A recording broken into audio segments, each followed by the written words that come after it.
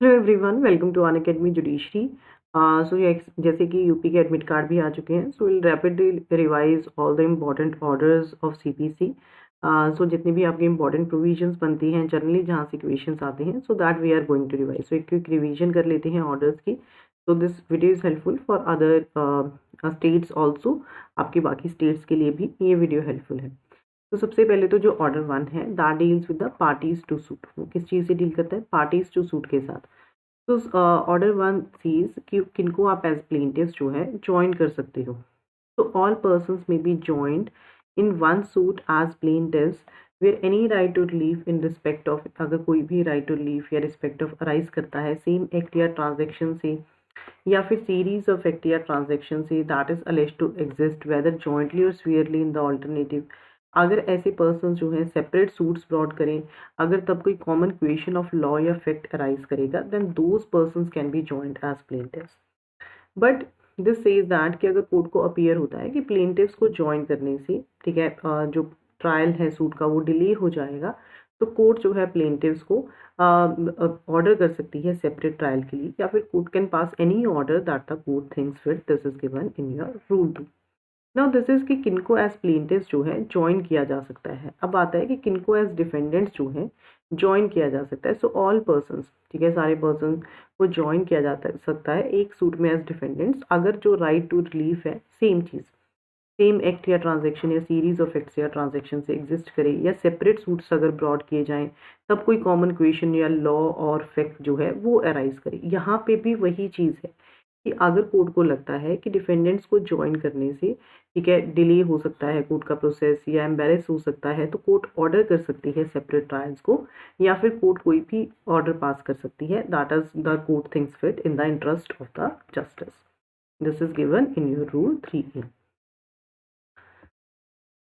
Now the next is that is representative suit. So order 1 rule 8 जो है this deals with the representative suit. तो representative suit का मतलब क्या होता है कि जहाँ पे न्यूमरस पर्सन्स का सेम इंटरेस्ट होता है एक ही सूट में। तो where numerous persons have same interest in one suit, तो उनमें से एक या एक से ज़्यादा पर्सन्स वो कोर्ट की परमिशन के साथ सू कर सकते हैं, या भी सूट और या फिर सूट को डिफेंड कर सकते हैं कि for the benefit of all the person so interested.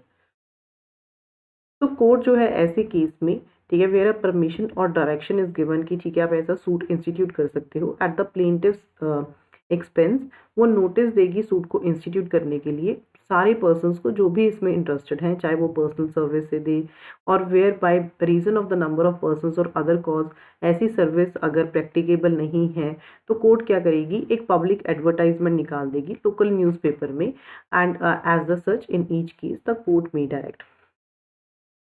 तो कोई भी पर्सन जिसके बिहाफ पे या जिसके बेनिफिट के लिए सूट इंस्टीट्यूट किया गया है, डिफेंड किया गया है, वो अप्लाई कर सकता है कोर्ट को कि उसको जो है इस सूट में पार्टी बनाया जाए। तो अगर कोई भी पर्सन सूट करता है या डिफेंड करता है ऐसे किसी सूट में, अगर वो प्रोसीड नहीं कर रहा है ड्यू डिलिजेंस के साथ, तो कोर्ट जो है सब्सटीट्यूट कर सकती है उसकी प्लेस में किसी और पर्सन को जिसका सेम इंटरेस्ट हो ऐसे सूट में। तो अगर कोई भी डिग्री पास करती है कोर्ट ऐसे सूट में, वो बाइंडिंग हो सारे पर्सन्स के अगेंस्ट ऑन हुज बिहाफ और हुज बेनिफिट, जिसके बिहाफ पे या जिनके बेनिफिट के लिए इस सूट को इंस्टीट्यूट किया गया है या फिर डिफेंड किया गया है। तो what is a representative suit? सबसे पहले तो ये याद रखना है ये कि कौन से ऑर्डर और कौन से रूल में इसके साथ डील किया गया है। That is dealt under order 1 rule 8। So representative suit क्या होता है कि जहाँ पे न्यूमरस पर्सन्स, ठीक है, जिनका सेम इंटरेस्ट है एक सूट में, वो परमिशन के साथ, ठीक है, वो क्या करते हैं, ठीक है, वन और एक या एक से ज़्यादा पर्सन कोर्ट की परमिशन ले लेते हैं, वो they can file a suit, और या फिर वो डिफेंड कर सकते हैं सूट। तो अगर कोर्ट ऐसे सूट में कोई भी डिसीजन पास करता है, वो सारे पर्सन्स के ऊपर बाइंडिंग होगा, ठीक है, जो उसमें इंटरेस्टेड थे और डिफेंडेड एज द केस में भी। Next is what is miss joinder and non joinder of party. Miss joinder का मतलब होता है कि नॉन ज्वाइनिंग, ठीक है, कि नेसेसरी पार्टी को आपने जो है ज्वाइन नहीं किया, non joining of a party. तो नॉन ज्वाइंटर का what is the meaning of misjoinder and non joinder of a party. Sorry, miss ज्वाइंटर का मतलब होता है wrongful joining of the party. Non ज्वाइंटर का मतलब होता है कि non joining of the party. So miss का मतलब जिस पार्टी को ज्वाइन नहीं करना था उसको ज्वाइन कर लिया सूट में। Now what are the consequences of misjoinder and non joinder of a party? This is dealt under order 1 rule 9। तो this says no suit shall be defeated. कोई भी सूट डिफीट नहीं होगा इस reason से कि वो जो है मिस जॉइंडर या नॉन जॉइंडर है पार्टीज का। एंड कोर्ट जो है हर सूट में डील कर सकती है मैटर के साथ in controversy so far as regards the rights and interest of the parties actually before it. तो दिस सेज कि अगर कोई भी नॉन जॉइंडर है नेसेसरी पार्टी का तो वो डिफीट करेगा। सो जर्नल रूल ये कहता है कि अगर कोई भी मिस जॉइंडर या नॉन जॉइंडर है पार्टी का उसकी वजह से सूट डिफीट नहीं होगा। बट ये कहता है कि अगर कोई नॉन जॉइंडर है नेसेसरी पार्टी का फिर सूट डिफीट हो जाएगा। वाई? बिकॉज नेसेसरी पार्टी की एब्सेंस में कोर्ट कोई भी इफेक्टिव ऑर्डर नहीं पास कर सकती है। तो नेसेसरी पार्टी क्या होती है? in whose absence no effective order can be passed by the court।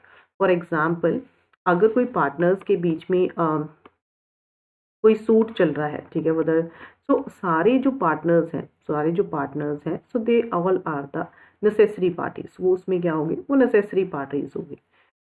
Next is that is suit in name of wrong plaintiff. So court के पास पावर है कि कोर्ट किसी भी टाइम पे स्ट्राइक कर सकता है या पार्टीज को ऐड कर सकता है। तो द कोर्ट में at any stage of the proceeding, court किसी भी स्टेज पे प्रोसीडिंग की ईदर अपॉन और without the application of either party, ठीक है, पार्टी की किसी एप्लीकेशन पे जो भी ठीक लगता है, दैट एनी पर्सन की किसी पर्सन को इम्प्रॉपरली ज्वाइन कर दिया है वेदर एज प्लेंटिफ और डिफेंडेंट, तो कोर्ट उसको जो है स्ट्रक आउट कर सकता है, ठीक है। एंड कोर्ट को अगर लगता है कि दिस इज नेसेसरी तो किसी भी टाइम पे कोर्ट जो है उस पार्टी को ऐड भी कर सकता है। So this is given under your rule 10। Now अगर कोई भी ऑब्जेक्शन किसी को लगानी है as regards to the non joinder और misjoinder of parties, so all objections on the ground of misjoinder और non joinder of the parties that shall be taken at the earliest possible opportunity. वो earliest possible opportunity पे लगाई जाएंगी। And in all cases जहाँ पे issues settle कर दिए जाते हैं एट और before such settlement, unless the ground of objection has subsequently arisen and any such objection not so taken shall be deemed to have been waived। तो अगर कोई भी ऑब्जेक्शन लगानी है कि मिस जॉइंडर या non joint of the parties के regarding, वो अर्लीस्ट पॉसिबल अपॉर्चुनिटी पे ली जाएगी। एंड अगर पार्टी ने नहीं ली है देन ये मानेगी कोर्ट की उसको जो है पार्टी ने वेव कर दिया है। And any such objection not so taken shall be deemed to have been waived. तो order 1 deals with the parties to the suit कि किनको एज प्लेंटिफ ज्वाइन किया जा सकता है, डिफेंडेंट ज्वाइन किया जा सकता है, what is representative suit, court कब स्ट्राइक आउट कर सकती है, ऐड कर सकती है पार्टी के नेम को। Now order 2 deals with the frame of suit। this is very important। इसका रूल 1 एंड रूल 2 में से जनरली आपको क्वेश्चन देखने को मिल जाएगा। So this says every suit shall as far as practicable be framed so as to afford ground for final decision upon the dispute subjects in dispute and to prevent further litigation concerning them। तो every suit, ठीक है, जितना practicable हो frame किया जाएगा to afford ground for the final decision, so that ये final decision जो है वो कोर्ट दे सके किसी भी डिस्प्यूट के, सो दैट कि फर्दर कोई लिटिगेशन ना हो। तो ये कहता है कि जब प्लेंटिफ अपना सूट फाइल करता है देन एवरी सूट, ठीक है, उसमें वो सारा क्लेम इंक्लूड करेगा जिस पे वो रिलाई करता है इन respect of the cause of the action. So every suit shall include the whole of the claim which the plaintiff is entitled to make in respect of the cause of action। But अगर plaintiff relinquish कर देता है या फिर अगर वो कोई portion जो है क्लेम का वो उसमें नहीं जो है ऐड करता है जिसको लेकर की कोर्ट की जुरिस्डिक्शन थी इन सो दैट कि कोर्ट की जुरिस्डिक्शन में आ जाए, बट अ प्लेंटिफ में रिलिंक्विश कर सकता है कोई भी पोर्शन क्लेम का सो दैट कि वो सूट को ब्रॉड कर सके with in the jurisdiction of any court. Now अगर प्लेंटिफ ने ओमिट कर दिया या उसने इंटेंशनली रिलिंक्विश कर दिया, द प्लेंटिफ ओमिट्स या उसने इंटेंशनली जो है रिलिंक्विश कर दिया किसी भी पोर्शन को क्लेम के, तो बाद में जो है वो उस जो उसने रिलिंक्विश किया है या ओमिट किया है उसको लेके वो सूट को इंस्टीट्यूट नहीं कर सकता है। This is very important point. तो ये कहता है कि जब प्लेंटिफ प्लेंट फाइल कर रहा है तो उसमें वो सारी चीज़ें लिखेगा ठीक है, जो भी वो जिसके रिगार्डिंग वो क्लेम मांगना चाहता है। सो अगर वो इंटेंशनली उसने कोई पोर्शन नहीं लिखा, तो बाद में जो है वो उस जो उसने ओमिशन किया है, रिलिंक्विश किया है पोर्शन, उसको लेके वो सूट को इंस्टीट्यूट नहीं कर सकता है।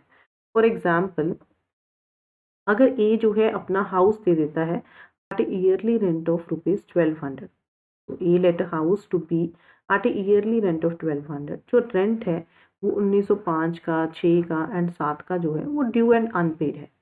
बट ए ने बी को सू करता है वो सिर्फ इस चीज़ के लिए, 1908 रेंट के लिए। वो 1908 में जो है उसको सू करता है, जो रेंट की 1906 में ड्यू था। वो ना तो 1905 में जो रेंट ड्यू था उसके लिए सू कर रहा है, ना ही जो 1907 में रेंट ड्यू था उसके लिए सू कर रहा है।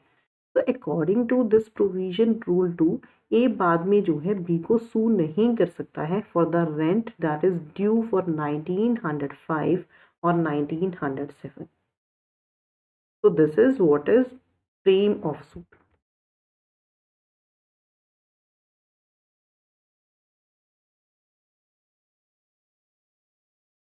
Next is recognized agents and pleaders. This is dealt under order 3. तो ऑर्डर 3 सीज कि अगर कोई भी अपीयरेंस करनी है या कोई भी एप्लीकेशन या एक्ट करना है in not to any court required और ऑथराइज्ड बाय लॉ, वो किसके थ्रू होगा? That shall be made by the party in person और रिकॉग्नाइज्ड एजेंट या फिर प्लीडर के थ्रू। ऐसी जो अपीयरेंस है अगर कोर्ट डायरेक्शन देती है कि वो पार्टी इन पर्सन ही करेगी, देन वो पार्टी इन पर्सन ही करेगी। तो रिकॉग्नाइज्ड एजेंट्स, ठीक है, बाय होम ऐसी जो अपीयरेंस एप्लीकेशन या एक्ट्स कर सकते हैं, वो पर्सन्स होते हैं जो तो पावर ऑफ अटॉर्नी होल्ड करते हैं, जो उनको ऑथोराइज करती है कि वो पार्टी के बिहाफ पे कर सकते हैं, या फिर पर्सन्स जो कैरी ऑन करते हैं ट्रेड और बिजनेस को in the name of the parties not resident within the local limits of the jurisdiction of the court, within which limits the appearance application or act is made or done। तो अगर कोई भी process सर्व होता है किसी recognised agent of a party को, वो उतना ही इफेक्चुअल होगा। तो processes served on the recognised agent of a party shall be as effectual as if it had been served on the party in person, unless की otherwise court directions दे। तो जो प्रोविजंस हैं service of process on a party to suit shall apply to the service of process on his recognised agent. The appointment of pleader, तो no pleader shall act. So कोई भी pleader act नहीं करेगा for any person in any court unless he has been appointed, कि जब तक उसको appoint, कैसे अपॉइंट किया जाता है, ठीक है, वकालतनामा के थ्रू। सो कोई भी वकील जो है किसी के बिहाफ पे वो तभी एक्ट करेगा अनलेस की जो पार्टी है वो एक डॉक्यूमेंट को साइन करे राइटिंग में, या फिर उसका ऑथोराइज्ड एजेंट या कोई और person under a power of attorney to make such appointment. So, Order 3 deals with this pleaders and recognized agents. Then, Section 26 is always read with Order 4. So, Order 4 जो है, this deals with the institution of the suit. ये institution of suit के साथ deal करता है. Now, if you will read Section 26, Section 26 जो है, that says कि एक सूट को कैसे इंस्टीट्यूट किया जाएगा। तो every civil suit commences with the presentation of a plaint. हर सिविल सूट कैसे कमेंस होता है? प्लेंट की प्रेजेंटेशन से। एंड हर प्लेंट में फैक्ट कैसे प्रूव किए जाते हैं? Through affidavit. In every plaint fact shall be proved by the affidavit. Now every suit shall be instituted by presenting plaint in duplicate to the court। तो हर suit कैसे institute किया जाता है? बाय प्रेजेंटिंग अ प्लेंट जो है वो duplicate में file करनी होगी, एंड हर प्लेंट जो है वो कंप्लाई करेगी जो भी आपको ऑर्डर 6 दैट इज प्लीडिंग्स में दिया हुआ है एंड ऑर्डर 7 जो कि प्लेंट में दिया हुआ है।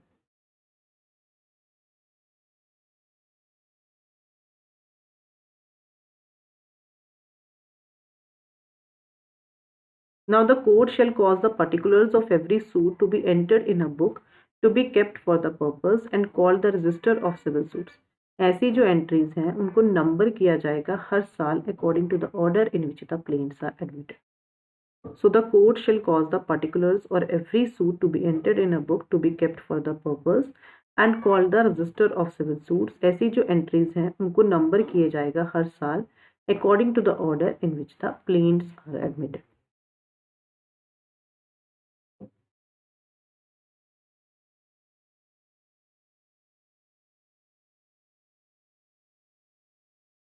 Next is that is order 5। Order 5 किस चीज से डील करता है? This deals with the issue and service of summons. सो किसी भी सिविल सूट में सबसे पहला स्टेप क्या है कि प्लेंट फाइल की जाती है। So once the plaint is filed, तो कोर्ट क्या कर, प्लेंट कौन फाइल करता है? That is filed by the plaintiff.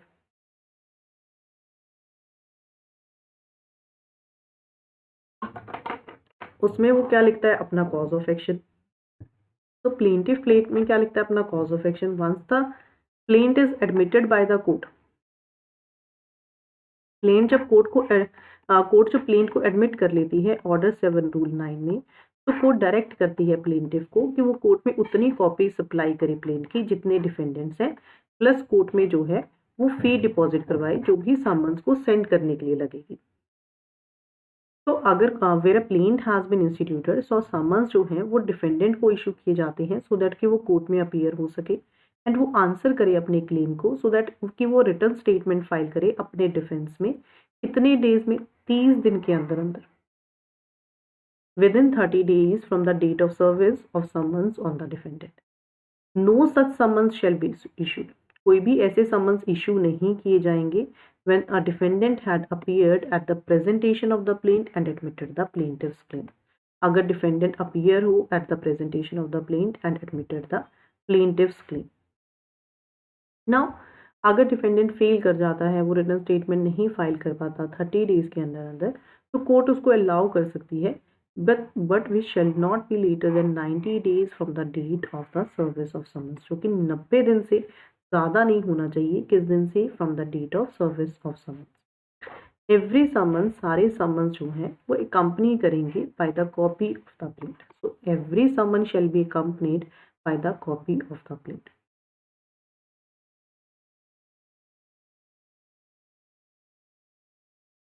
Now fixing that is delivery of summons to the court. Summons की डिलीवरी कैसे होगी कोर्ट को? अगर डिफेंडेंट रिसाइड कर रहा है within the jurisdiction of the court, जहाँ पे सूट इंस्टीट्यूट किया गया है, या फिर an agent resident within that jurisdiction, तो समन्स अनलेस की कोर्ट डायरेक्ट करे बी डिलीवर्ड और सेंट प्रॉपर ऑफिस से to be serve by him और वन ऑफ हिज सबॉर्डिनेट, कि वो उसको जाके सर्व कर दे।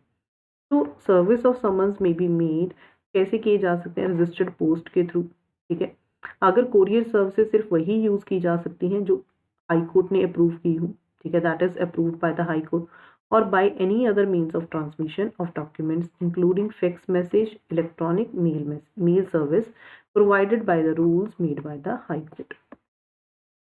जो सर्विस ऑफ समन्स है वो किसके एक्सपेंसेस पे किए जाएंगे? That shall be made at the expenses of the plaintiff. वो किसके एक्सपेंसेस पे किए जाएंगे? वो प्लेंटिफ के एक्सपेंसेस पे किए जाएंगे। नाउ दस्ते, rule 9E deals with the दस्ते service, that means by hand. तो ये कहता है कि कोर्ट जो है इन एडिशन की जो सर्विस ऑफ समन्स तो रूल 9 में हो ही रही है, ठीक है, किसी मेथड से।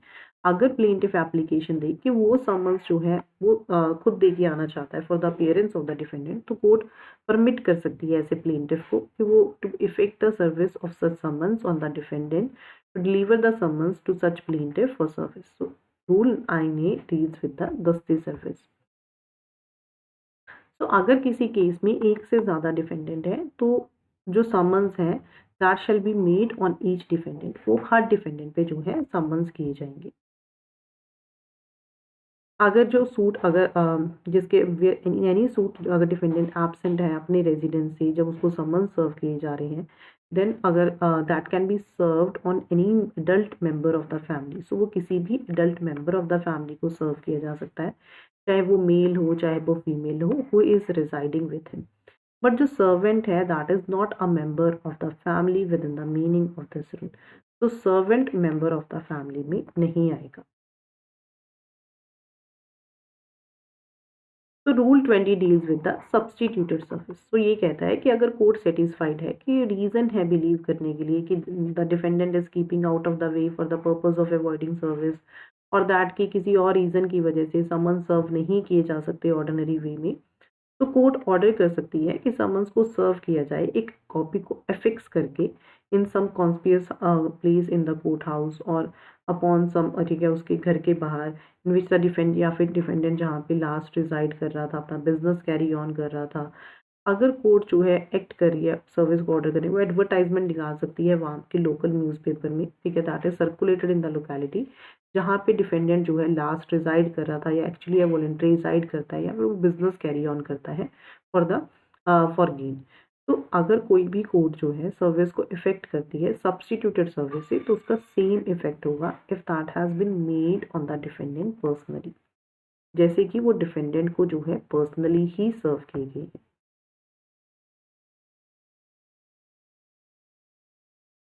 तो अगर डिफेंडेंट जो है वो प्रिजन में है, तो जो समन्स हैं वो डिलीवर किए जाएंगे या भेजे जाएंगे कैसे, that shall be send to the officer in charge of the prison, ठीक है, officer in charge of the prison को for service on the defendant.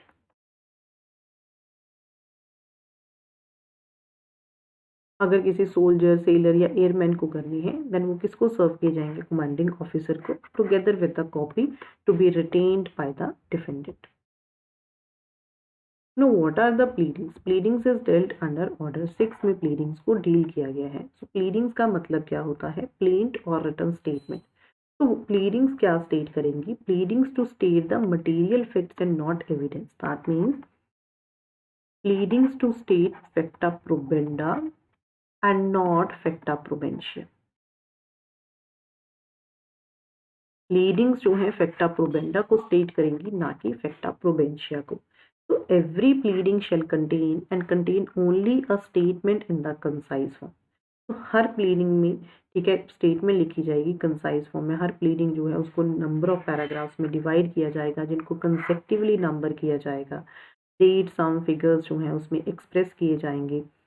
तो प्लीडिंग्स पे और क्या, प्लीडिंग्स में जो भी पार्टी उस पर रिलाई करती है, अगर पार्टी ने कोई miss representation, fraud, breach of trust, undue influence, तो ये सारी चीज़ें जो हैं प्लीडिंग्स में स्टेट की जाएंगी।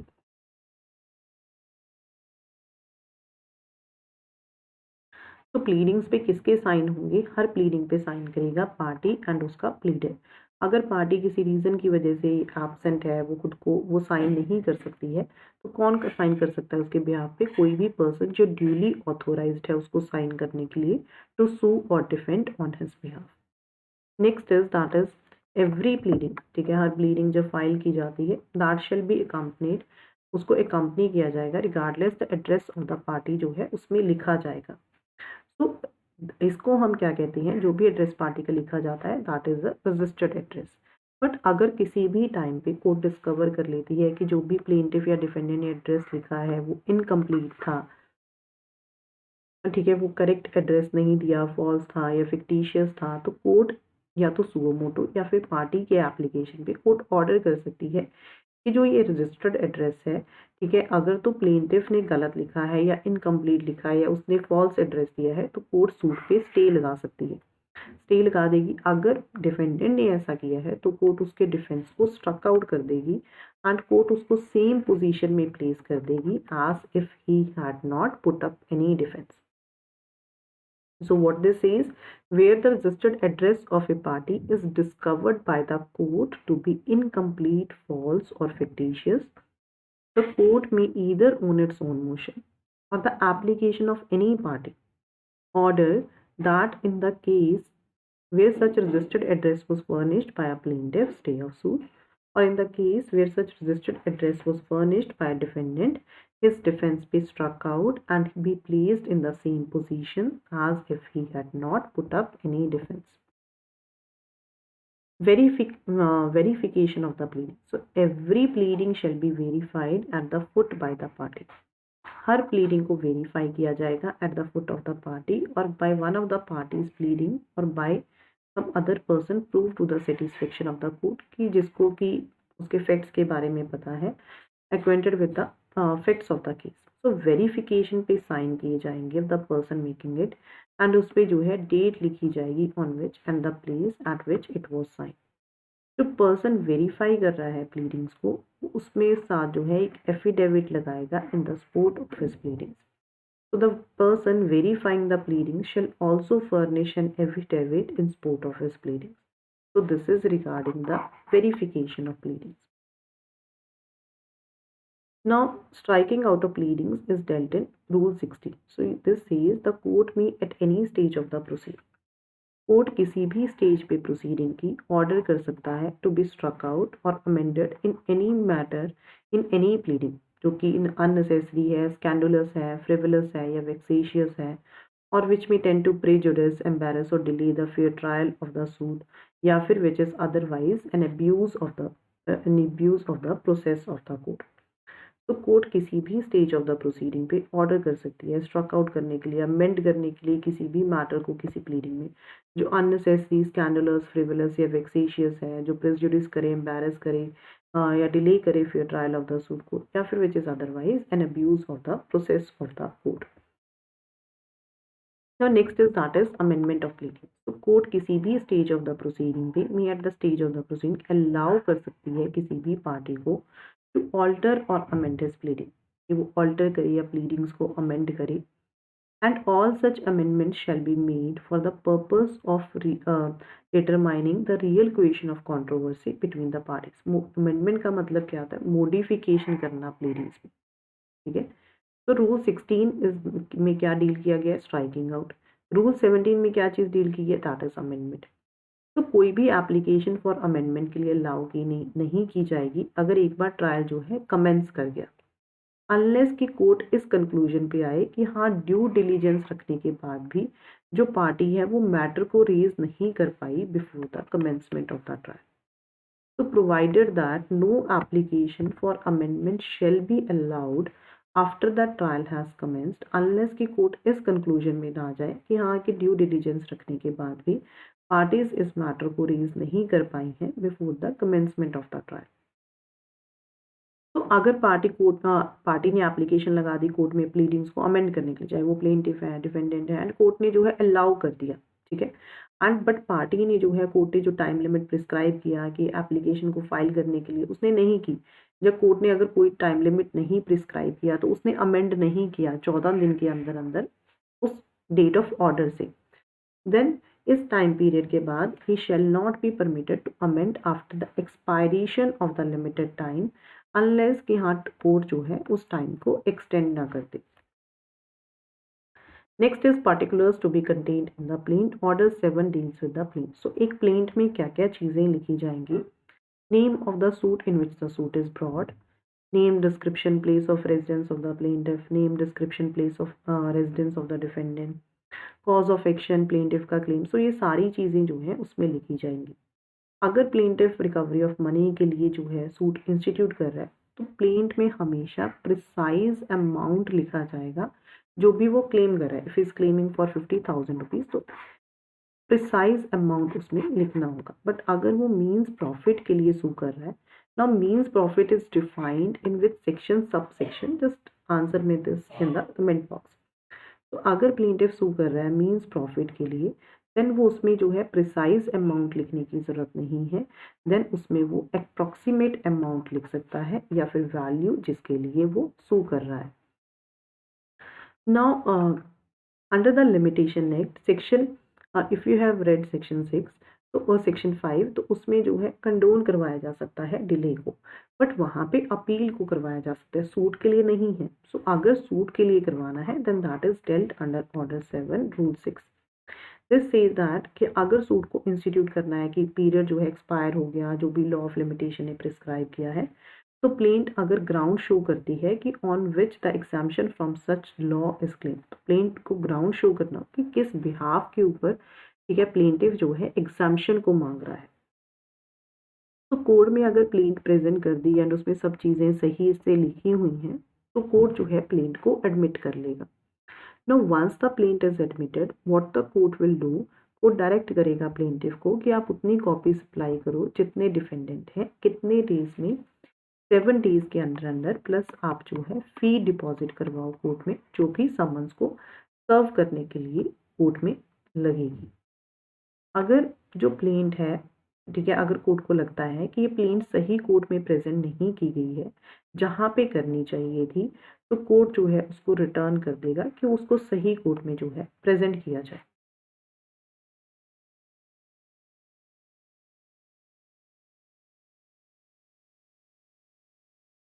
नाउ नेक्स्ट इज कि कोर्ट जो है प्लेंट को रिजेक्ट कर सकता है. तो प्लेंट कोर्ट प्लेंट को रिजेक्ट कर देगा अगर वो डिस्क्लोज नहीं करता है कॉज ऑफ एक्शन को, अगर जो रिलीफ क्लेम किया गया है अगर वो अंडर वैल्यूड है, या जो रिलीफ क्लेम किया गया था वो तो प्रॉपरली वैल्यूड है बट प्लेंट को रिटर्न कर दिया है क्योंकि वो इनसफिशिएंटली स्टैम्प्ड है। अगर ये अपीयर होता है कि हाँ जो प्लेंट है that is barred by any law, अगर वो डुप्लीकेट में नहीं फाइल किया गया है, अगर प्लेंटिव फेल कर जाता है कंप्लाई करने के साथ जो भी प्रोविजंस रूल 9 में लिखी हुई हैं, तो that is the rejection of plaint. तो कोर्ट प्लेंट को रिजेक्ट कर सकती है अगर वो डिस्क्लोज नहीं करता है कॉज ऑफ एक्शन को, अगर जो रिलीफ क्लेम किया गया है वो अंडर वैल्यूड है, अगर वो properly value, so these are the grounds on which the plaint can be rejected. तो once the court rejects the plaint, अगर कोर्ट ने एक बार प्लेंट को रिजेक्ट कर दिया, then the plaintiff is not prohibited from filing a fresh suit on the same cause of action. That means कि court जो है फ्रेश सूट को फाइल कर सकता है सेम कॉज ऑफ एक्शन को लेके। Now production of document in which the plaintiff sues और रिलाइज। तो अगर प्लेंटिफ जो है किसी डॉक्यूमेंट पे रिलाई कर रहा है, सू करते, तो उसको वो एंटर करना होगा लिस्ट में एंड उसको वो प्रोड्यूस करना होगा, डिलीवर करना to be filed with the plaint. Now अगर वो डॉक्यूमेंट उसकी पोजेशन या पावर में नहीं है तो वो स्टेट करेगा कि ये किसकी पोजेशन या पावर में है। सपोज डॉक्यूमेंट जो है उसकी प्रेजेंस में उसकी पावर में था बट उसने प्रेजेंट नहीं किया, उसने लिस्ट में एंटर नहीं किया, एनेक्शर नहीं किया, देन लेटर ऑन अगर वो उसको प्रोड्यूस करना चाहता है एविडेंस में, तो वो बिना कोर्ट की परमिशन के ऐसा नहीं कर सकता। So he shall not without the leave of the court be received in evidence on his behalf at the hearing of the suit. Next is that is order 8. So order 8 deals with that is written statement, set off and counterclaim. So we have already seen कि कितने days में जो है written statement को file करना होगा। So it is the duty of the defendant, जैसे plaintiff की duty है कि वो सारे documents को present करे, ऐसे ही defendant की भी duty है कि वो सारे documents को present करे जिन पे वो rely करता है written statement में। अगर वो उसको present नहीं करता है तो बाद में वो बिना कोर्ट की परमिशन के उसको एविडेंस में रिसीव नहीं किया जाएगा on his behalf on the hearing of the suit. अगर वो जो भी प्लेंटिफ ने प्लेंट में जो भी लिखा है, ठीक है, अगर उसको डिनाई करना है तो वो डिनायल जो है वो स्पेसिफिक होना चाहिए, उसको स्पेसिफिकली डिनाई करना होगा। एवरी एलिगेशन ऑफ फैक्ट अगर उसको स्पेसिफिकली डिनाई नहीं किया है या फिर नेसेसरी इम्प्लीकेशन से नहीं किया है तो shall be taken to be admitted, तो कोर्ट मानेगा कि ये जो है एडमिट कर लिया है, एक्सेप्ट कि पर्सन अगर अंडर डिसएबिलिटी है then that is a separate thing. Next is set off and counter claim. Set off is dealt under order 6, rule 6 में डेल्ट किया गया है, counter claim is dealt in rule 6 से। तो set off जो होता है that is in the recovery of money suits में होता है ये, and this should not exceed the pecuniary limits of the jurisdiction of the court. Counter claim में, ठीक है, रिकवरी के साथ साथ वो कोई राइट भी क्लेम कर सकता है। प्लस अगर कोई भी, this is very important, this is that अगर डिफेंडेंट ने काउंटर क्लेम सेटअप किया एंड प्लेंटिफ का सूट जो है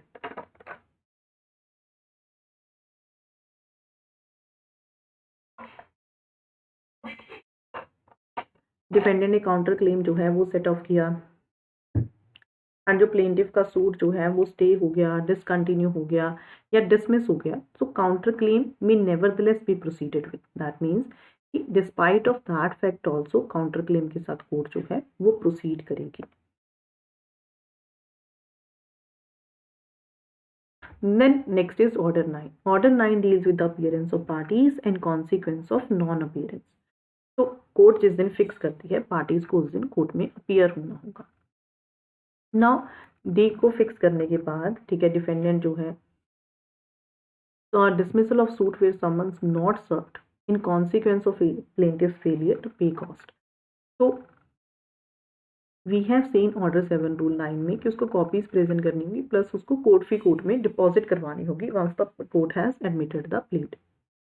अगर वो फेल कर गया, उसने ऐसा नहीं करवाया जिसकी वजह से जो है समन्स को नहीं सेंड किया गया, then the court can order कि सूट को डिसमिस, कोर्ट जो है सूट को डिसमिस कर देगी। अगर दोनों में से कोई भी पार्टी कोर्ट में नहीं आई, ठीक है, तो कोर्ट क्या कर देगी, सूट को डिसमिस कर देगी। बट अगर सूट को रूल 2 या रूल 3 में डिसमिस किया गया है तो प्लेंटिफ फ्रेश सूट फाइल कर सकता है, प्लस वो कोर्ट में अप्लाई कर सकता है सूट को रिस्टोर करवाने के लिए भी। अगर समन सेंड हो गए बट वो डिफेंडेंट को, बट वो रिटर्न हो गए, वो अनसर्व्ड रिटर्न हो गए, देन 7 डेज के अंदर अंदर उसको फ्रेश समन्स के लिए अप्लाई करना होगा। अगर वो ऐसा करने से फेल कर जाता है then also the court can dismiss the suit. तो रूल 6 फर्दर डील्स विद कि जहाँ पे सिर्फ प्लेंटिफ अपीयर होता है, ठीक है, डिफेंडेंट अपीयर नहीं होता। तो यहाँ पे 3 सिचुएशंस बन जाएंगी कि अगर समन्स जो है ड्यूली सर्व हुए हैं, स्टिल डिफेंडेंट कोर्ट में नहीं आया, तो कोर्ट जो है उसके अगेंस्ट एक्स पार्टी प्रोसीड कर सकती है।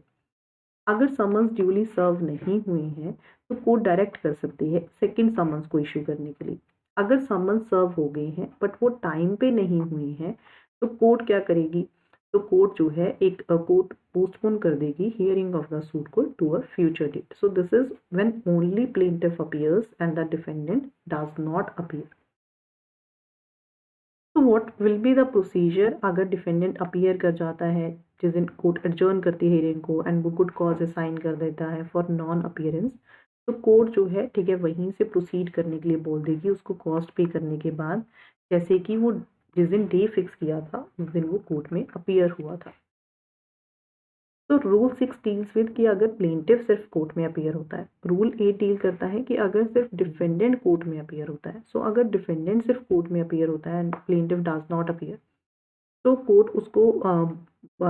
उसको बोलेगी कि जो भी प्लेंटिफ ने आपके अगेंस्ट क्लेम किया है कि आप उसको एडमिट करते हो। सो अगर तो डिफेंडेंट उसको एडमिट करता है तो कोर्ट जो है उसके अगेंस्ट डिक्री पास कर देगी। अगर वो रिजेक्ट कर देता है तो कोर्ट डिसमिस कर देगी। अगर सपोज उसने बार जो है एडमिट कर लिया एंड पार्ट जो है उसने एडमिट नहीं किया, तो जितना उसने एडमिट किया है कोर्ट इसके अगेंस्ट डिक्री पास कर देगी, जितना उसने एडमिट नहीं किया है कोर्ट उतने को क्या कर देगी, डिसमिस कर देगी।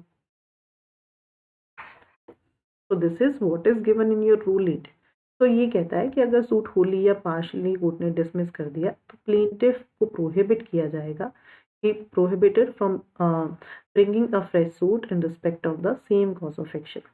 बट हाँ, वो अप्लाई कर सकता है कोर्ट में डिसमिसल को सेट असाइड करने के लिए, एंड अगर वो कोर्ट को सेटिस्फाई कर देता है कि सफिशिएंट रीजन की वजह से, ठीक है, वो नहीं आ पाया, तो कोर्ट उसको सेट असाइड कर देगी। तो वी नो दैट एक केस में एक से ज़्यादा प्लेंटिफ हो सकते हैं, एक केस में एक से ज़्यादा डिफेंडेंट भी हो सकते हैं। सो अगर एक केस में एक से ज़्यादा प्लेंटिफ है, उनमें से एक आता है या एक से ज़्यादा 2 आते हैं, ठीक है, बाकी के अपीयर नहीं हुए, तो कोर्ट जो है परमिट कर सकते हैं कि सूट को ऐसे ही प्रोसीड किया जाए जैसे कि सारे अपीयर हुए हैं। तो अगर जो डिफेंडेंट है, एक से ज़्यादा डिफेंडेंट है केस में, ठीक है, एक डिफेंडेंट आता है या फिर 2 डिफेंडेंट हैं, ठीक है, बाकी के नहीं आते हैं, 2 आते हैं, 4 डिफेंडेंट हैं, बाकी के 2 नहीं आते हैं, तो कोर्ट जो है जो कोर्ट सूट के साथ प्रोसीड कर सकती है at the time of pronouncing of the judgment, make such order as it thinks fit with respect to the defendants who do not appear. Now we have seen in rule 6 कि court जो है, rule 6 में what we have studied कि अगर सिर्फ plaintiff appear करता है in spite of serving him the summons also, तो कोर्ट एक्स पार्टी प्रोसीड कर सकती है। अगर कोर्ट ने एक्स पार्टी प्रोसीड कर लिया डिफेंडेंट के against, then the remedy is provided in rule 13। तो ये कहता है setting aside decree ex parte against defendant. तो in any case in which the decree is passed ex parte against defendant, तो किसी भी केस में जहाँ पे एक डिक्री को पास किया जाता है एक्स पार्टी किसी डिफेंडेंट के अगेंस्ट, तो वो कोर्ट में अप्लाई कर सकती है for an order to set it aside. अगर वो सेटिस्फाई हो जाती है कि हाँ समन्स ड्यूली सर्व नहीं हुए हैं या उसको प्रिवेंट किया गया किसी सफिशिएंट कॉज से from appearing when the suit was called on for hearing, तो कोर्ट जो है ऑर्डर कर सकती है उसको सेट असाइड करवाने के लिए, एंड कोर्ट एक डे को अपॉइंट कर सकती है for proceeding with the suit. तो सेट असाइड कहाँ पे करवा सकता है डिफेंडेंट, अंडर रूल 13 में। तो इसके अगेंस्ट अपील भी फाइल की जा सकती है अंडर सेक्शन 96(2). वो रिव्यू भी फाइल कर सकता है, उसके पास ये भी है, and in fact he can file a suit also कि प्लेंटिफ ने ये जो ऑब्टेन किया है ऑर्डर, ये फ्रॉड के बेसिस पे किया है।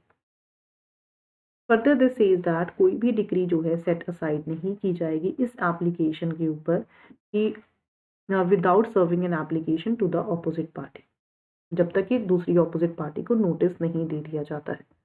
तो order 10 deals with the examination of parties bye the court. So court examine करेगी पार्टीज को at the first hearing. Court ascertain करेगी हर पार्टी को कि वो एडमिट कर रहा है या डिनाई कर रहा है, जो भी एलिगेशन उसके अगेंस्ट लगाए गए हैं प्लेंट में या रिटर्न स्टेटमेंट में। वो डायरेक्शंस देगी कि वो ऑप्ट कर सकते हैं कोई भी ऑल्टरनेट डिस्प्यूट रेजोल्यूशन के, मीडिएशन, कंसोलिएशन, जो भी उनको सही लगता है। ठीक है, that is given in section 89 में जो दिया गया है। तो we have completed up to, ठीक है, ऑर्डर 1 टू ऑर्डर 10 जो है हमने कंप्लीट कर लिया। So these are the important orders that we have studied. So further on we'll discuss that in the next lecture. So before I end this video, there is a special offer that is running on Unacademy. ये offer जो है ये आज के लिए ही valid है।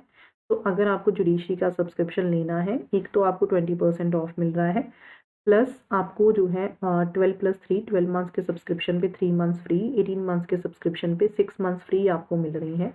इसका link आपको डिस्क्रिप्शन बॉक्स में मिल जाएगा। You can just use this code to avail the offer. आप ये कोड यूज़ करके इस ऑफर को अवेल कर सकते हो। प्लस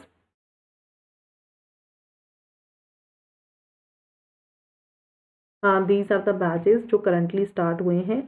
ये बैच जो है 1 Feb से स्टार्ट होना है, कल से। तो you can just join these batches for your preparation. And Unacademy ने नोट्स भी अब लॉन्च कर दिए हैं, कल से ही नोट्स लॉन्च हुए हैं। सो आपके पास नोट्स का भी एक्सेसिबल है। And price hike is coming soon. Price hike हो रहा है कल से। So take the opportunity and subscription पहले ही ले लेना, प्राइस हाइक होने से पहले। So you can just see कि 12 मंथ्स का जो सब्सक्रिप्शन है उसकी जो करंट प्राइस है that is 52,616, but current discounted price 42,000 something है। Price after hike is 63,000 something. तो यू कैन सी कि आप इतने मनी सेव कर रहे हो, प्लस आपको 3 मंथ्स की सब्सक्रिप्शन फ्री में मिल रही है। दैट इज़ आपको 20,000 की सब्सक्रिप्शन फ्री में मिल रही है and you are saving 21,000 also, approximately 41,000 money you are saving on 12 months subscription. You can just use this code to avail the offer. So thank you so much, learners. In our next video we'll discuss about the next orders.